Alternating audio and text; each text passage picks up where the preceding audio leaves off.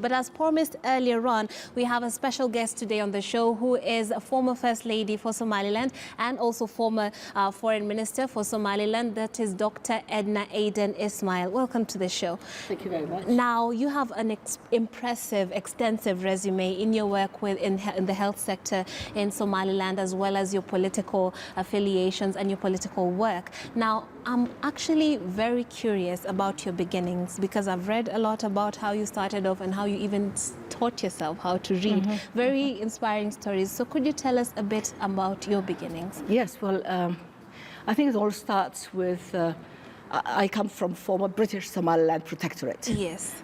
Because we need to place Somaliland on the map where it belongs. We're neighbors to former French Somaliland, which is the Republic of Djibouti. All right. And we're neighbors to former Italian Somalia, the Somali Republic that everybody knows about. In former British Somaliland Protectorate, in the 40s, there were no schools for girls. Yeah. And I was sent to Djibouti to learn to read and write. And back home, I taught myself to read with little boys in our neighborhood. And education was something that I was passionate about. But you were in a society that was not very proactive about, encouraging girls to learn to read and write. Yes. But I was determined to learn what the boys were learning. They seemed to be thriving on what they were being taught. And I could not understand how this could be harmful to me as a woman, as a girl. Yes. So that's how it started. And then I won a scholarship from Britain. I went to England, trained as a nurse, trained as a midwife. Absolutely. And with that privilege and that training, came back to my country, Somaliland, in 1961. Yes. As its first trained nurse midwife. Absolutely. And from then on, started training people, becoming a role model, and trying to encourage the participation of girls in whatever was available at the time. So that has been my lifelong challenge, my passion, sometimes my present-day nightmare.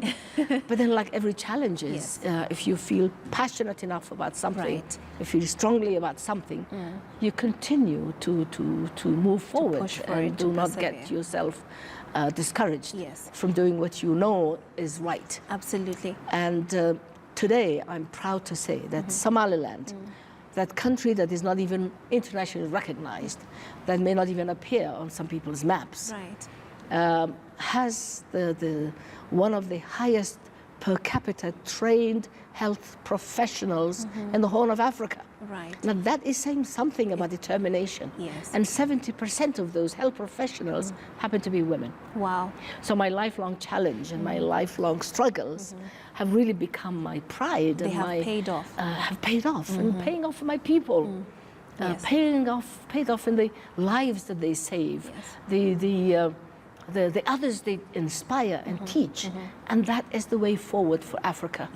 Nobody will come from the moon in purple stripes and take us out of our problems. And take us out of the situation that our women, our children, and our people find themselves in regard to health and welfare and agriculture and engineering and all the good things that help a nation to move forward. And Somaliland, now, in spite of not being recognized, is doing quite great health-wise. Now, as a young girl, you were the boss's daughter, so to speak, at a health facility. So this exposed you to some of the needs. Could you take us back to that and what you saw in terms of women and healthcare, and then how it inspired you to actually come back and work with women? Well, I was privileged to be born to Somaliland's first doctor. Someone who was known as the father of healthcare, somebody who was loved by everybody. And from a young age, I saw the passion that my father had for his people, the compassion he had, how he gave his life to them. And I just made a promise to myself that one day I would learn enough to be able to help him and be able to do as much as he was doing for our people. So that was my first inspiration. And I love what I'm doing. And it hasn't really been such a difficult thing for me to be doing what I'm doing, because I see the